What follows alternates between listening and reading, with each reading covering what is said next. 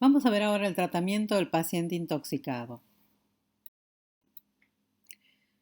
Antes del tratamiento tenemos que tener en cuenta las consideraciones iniciales.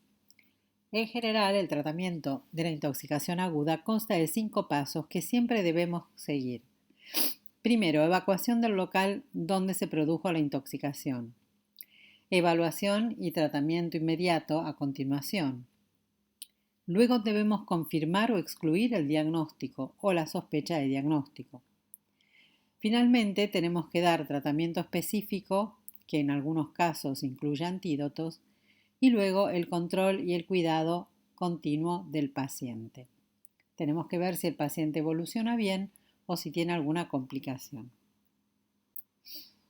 Evaluación y evacuación del lugar. Para el correcto diagnóstico de la intoxicación y para protección del paciente, acompañantes, personal de rescate y profesionales de salud, el lugar donde se produjo la intoxicación debe ser evacuado. La atención en la búsqueda de datos que aporten información adicional es sumamente importante. Debemos buscar cajas de medicamentos, jeringas, una fuente de calor de combustión incompleta. Todo esto puede ayudarnos a aclarar el diagnóstico. Dentro de lo que es el tratamiento inicial, siempre se deben aplicar las medidas no específicas en primer lugar.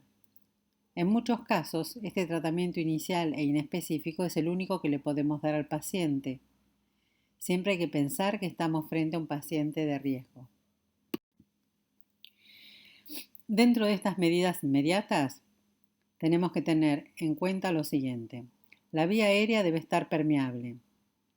Debemos evaluar la necesidad de asistencia respiratoria mecánica y si no fuera necesario, entonces colocamos al paciente en la posición lateral de seguridad o de cúbito lateral izquierdo. Esta posición evita que se obstruya la vía aérea.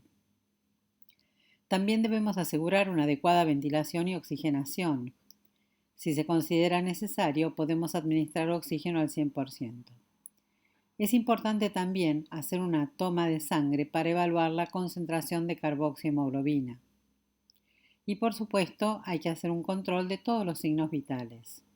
Evaluar la estabilidad cardiovascular, la tensión arterial, la frecuencia cardíaca, la frecuencia respiratoria, observar la coloración de piel y mucosas, entre otras cosas. ¿Qué vamos a hacer también con el paciente? Corregir el medio interno, acceso venoso periférico para administración de líquidos o drogas que el paciente llegue a necesitar. Por supuesto que una vez que le hemos sacado sangre y hemos analizado los datos. Y evaluar el estado de conciencia porque muchas alteraciones cursan con alteraciones de la conciencia. Cuando tenemos un paciente con alteración o deterioro del sensorio, siempre debemos descartar etiologías no tóxicas, como por ejemplo un accidente cerebrovascular, un paciente que haya sufrido un traumatismo o alteraciones de la glucemia. Existe una forma empírica de tratar a los pacientes que ingresan en una guardia con deterioro de sensorio. Normalmente esto se utiliza en casos de coma por causas desconocidas, pero hasta el día de hoy es muy controvertido. Se administra tiamina, glucosa, flumacenil y naloxona. El tratamiento sintomático de urgencia se usa cuando el diagnóstico no es claro y la urgencia lo impone. En el caso de intoxicación o ingesta de órganos fosforados, este tratamiento sintomático previo al diagnóstico es vital para salvar la vida del paciente. Para poder confirmar o excluir nuestra sospecha diagnóstica, es importante hacer una correcta anamnesis o interrogatorio dirigido. Tiene que estar destinado a buscar la fuente, o por lo menos establecer cuál fue la relación causa y efecto. Es muy importante tratar de reconstruir lo sucedido, extrayendo información de la máxima cantidad de fuentes posibles. El paciente, si estuviera consciente, y familiares, acompañantes, amigos, personal de rescate, personas que hayan estado presentes en el momento de la intoxicación. También vamos a hacer un exhaustivo examen físico y de signos vitales. Vamos a ver los ojos, si hay midriasis, miosis, anisocoria o nistagmos, evaluar la piel y las mucosas, buscar si hay quemaduras, cianosis, ampollas, diaforesis, ictericia, sitios de punción. El examen neurológico lo vamos a hacer mediante la escala de Glasgow y evaluar la emesis. Si el paciente presentara vómitos, hay que prestar atención al contenido y descripción de los mismos. Si vomita comprimidos, por ejemplo, o vomita determinadas sustancias, qué cantidad, color, olor, si vomita con sangre o con pus. Y es muy importante valorar todas las funciones fisiológicas de los distintos aparatos para identificar si hay algún daño, lesión o alteración. Dentro de los estudios complementarios que podemos pedir, por supuesto siempre vamos a pedir al laboratorio con una rutina básica, con hemograma completo, ionograma, coagulograma, uremia, creatininemia, enzimas hepáticas, CPK, mioglobina, también con análisis de orina completa, con mioglobinuria. Vamos a pedir gases en sangre para la identificación de pH y estado ácido-base y valoración de carboxihemoglobina. Vamos a poder pedir también un electrocardiograma y una radiografía de tórax y abdomen y, si fuera necesario, una tomografía de abdomen y tórax. También se distinguen algunos dolores específicos que nos pueden orientar hacia determinados estados de intoxicación. Y aquí tenemos una lista de algunos ejemplos. El olor a acetona, cuando el paciente está intoxicado con alcohol etílico o isopropílico o laca. Ajo, cuando la intoxicación es con arsénico, gas arsina, órgano fosforado, fósforo, selenio o talio. Olor a almendras amargas, cuando se intoxican con cianuro. A maní, cuando el tóxico es el rodenticida. Bolitas de naftalina, para naftalina o para diclorobenceno. Olor a cuerda quemada, intoxicación con marihuana. Olor a huevo podrido con sulfuro de hidrógeno, mercaptanos y gases de cloacas. Pomada de zapatos para nitrobenceno, violetas para trementina y olor a zanahoria para cicutoxina. Las medidas generales tienen por objetivo disminuir o evitar la absorción de los tóxicos y también aumentar o acelerar su eliminación. Son muy importantes, principalmente cuando la consulta la efectúan en tiempo útil, es decir, menos de una hora de ocurrido el episodio de intoxicación, o bien cuando la sustancia no tiene un tratamiento específico. Y tenemos que tener en cuenta las vías de entrada del tóxico. Si entró por vía gastrointestinal, si fue un tóxico inhalado, si entró por contacto con la piel o las mucosas. Las medidas gastrointestinales son varias. Tenemos el vómito provocado, el lavado gástrico, el carbón activado. El vómito provocado es muy efectivo dentro de los primeros 60 minutos. Por lo general se daba jarabe de ipeca. En los niños menores de 8 años la dosis era de 15 a 20 mililitros, en los adultos de 30 a 40 mililitros. Se acompaña de administración de bebidas no alcohólicas y tiene un efecto retardado a los 15 o 20 minutos. Si no fuera efectivo, se puede dar una segunda dosis. Está contraindicado cuando las sustancias son cáusticos, hidrocarburos, plaguicidas, mercurio metálico, estricnina y barbitúricos. Y también está contraindicado en algunos pacientes, los bebés, los ancianos, las embarazadas, pacientes con convulsiones, con compromiso del sensorio. No se debe realizar vómito provocado con apomorfinas, detergentes o jabones, con inducciones mecánicas, con solución de mostaza o con agua salada. El lavado gástrico se puede efectuar dentro de las primeras 4 horas de la intoxicación. Algunas drogas retardan la absorción intestinal y en esos casos se puede realizar el lavado después de un tiempo más prolongado. Hay dos tipos. Para aumentar el tono pilórico, las drogas son atropina, carbamacetina, difenilhidramina, biperideno y opiáceos. y para la atonía gastrointestinal, barbitúricos, benzodiazepinas y opiáceos. Las contraindicaciones del lavado gástrico pueden ser relativas o absolutas.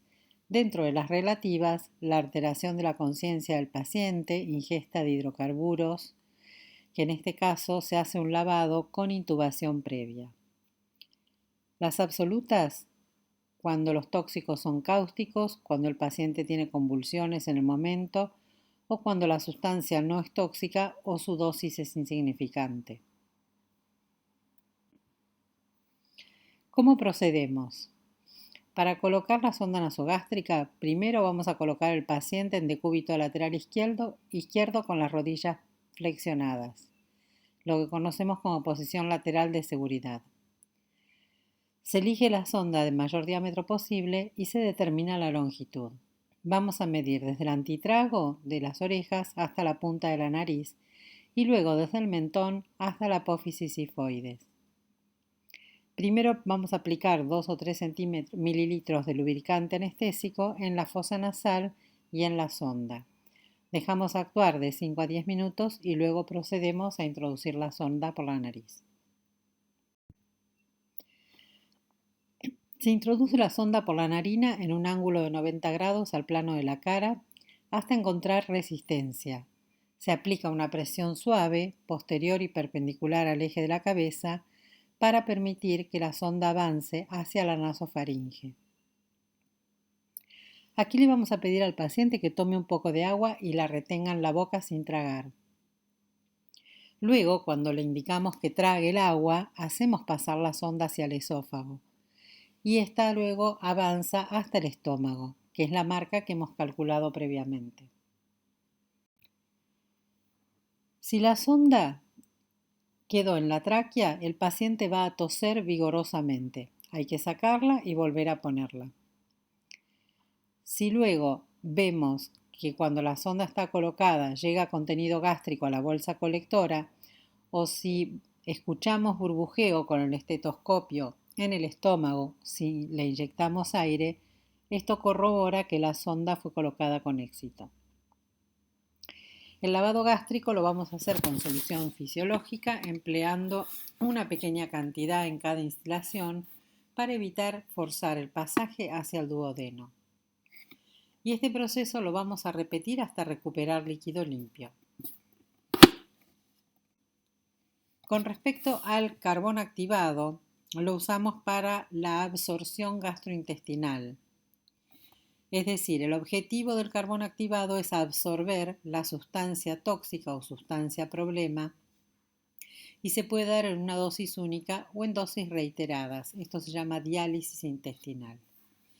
En niños, 1 gramo por kilo por cada vez que damos y en adultos 50 gramos por vez.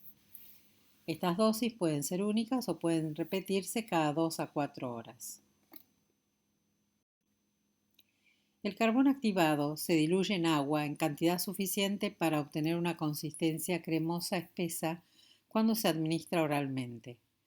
Si lo vamos a administrar a través de una sonda, la dilución tiene que ser mucho mayor para facilitar su paso y que no se tape la sonda.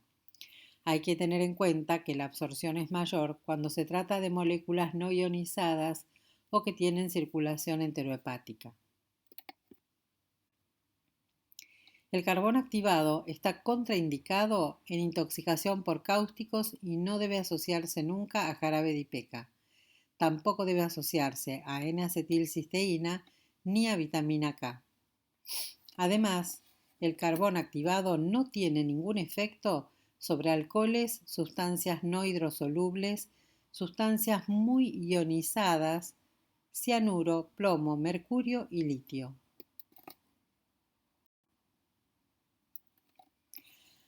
También podemos acelerar el tránsito gastrointestinal con purgantes salinos o con purgantes osmóticos. En general, los purgantes disminuyen el tiempo de contacto entre el tóxico y la mucosa digestiva. Como consecuencia, disminuyen su absorción. Y aquí tenemos los purgantes. Los salinos podemos usar sulfato de magnesio o hidróxido de magnesio. Están contraindicados en enfermos renales o en pacientes expuestos a sustancias nefrotóxicas. Tampoco podemos darlos en pacientes con riesgo de hemo o mioglobinuria. Hay que tener en cuenta que el paciente puede hacer una hiponatremia. Las dosis: sulfato de magnesio en niños 250 a 300 mililitros kilo y adultos 30 gramos. De hidróxido de magnesio en los niños de 10 a 20 mililitros y en los adultos de 30 a 40 mililitros. Con respecto a los purgantes osmóticos, por lo general usamos el sorbitol al 70%. Las dosis son de 2 a 3 mililitros kilo y la dosis máxima en adultos es 250 mililitros y en niños 120 mililitros. Este purgante osmótico hay que administrarlo conjuntamente con la dosis inicial de carbón activado, en aquellos casos que está indicado dar el carbón activado. Finalmente tenemos la descontaminación cutánea. Cuando tenemos un paciente que ha estado en contacto con una sustancia tóxica que entra por piel o por mucosas, lo que tenemos que hacer es quitar la ropa de la persona contaminada y hacer un lavado muy exhaustivo con abundante agua y jabón. La rapidez y la intensidad son esenciales para disminuir la extensión o diseminación de la contaminación. Y este lavado tenemos que realizarlo durante 30 minutos. No debemos usar antídotos químicos porque el calor liberado agrava la lesión.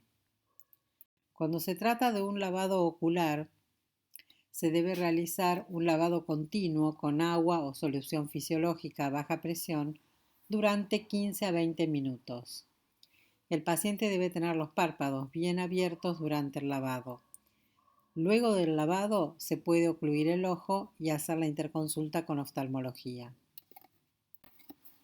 Para la diuresis forzada vamos a usar furosemida, que es un diurético de asa muy potente, pero en general la diuresis forzada no es muy usada.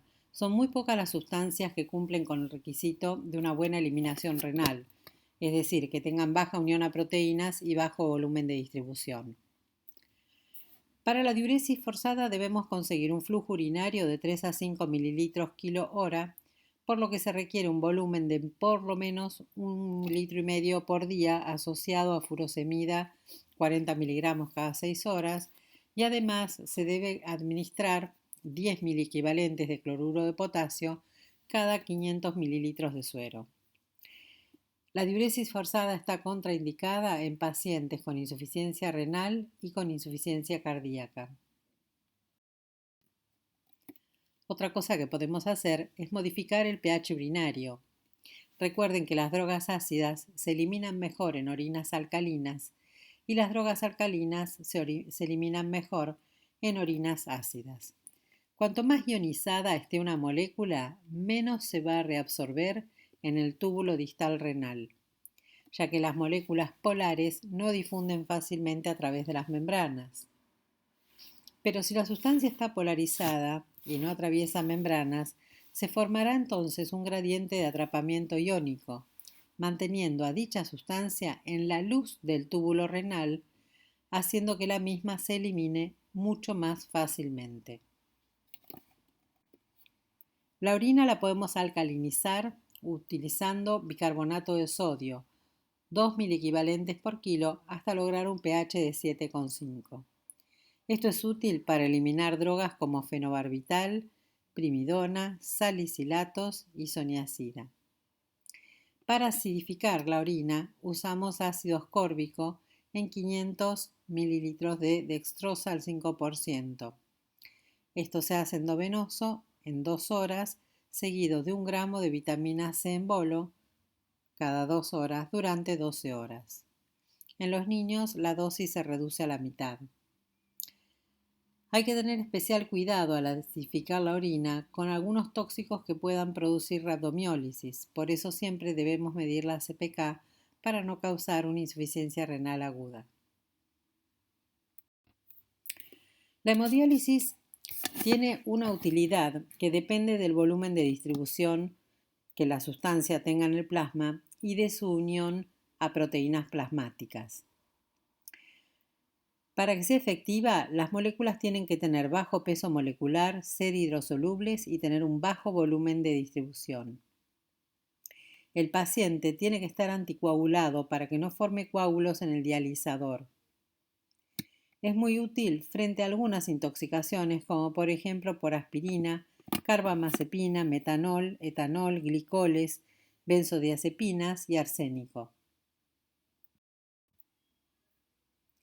La hemoperfusión es similar a la hemodiálisis, pero en este caso hay filtros con carbón activado o con algunas resinas absorbentes.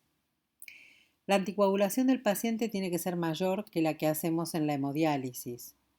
Tiene más eficacia por la hidrosolubilidad y el tamaño molecular, no afectan a la absorción como tampoco la unión a proteínas. Pero puede presentar graves complicaciones como embolizaciones y destrucción de los elementos formes de la sangre. La hemofiltración es una filtración arteriovenosa a través de una membrana semipermeable donde solo pasan sustancias que no estén unidas a proteínas. También requiere anticoagulación del paciente, pero no se necesitan equipos complejos ni personal especializado.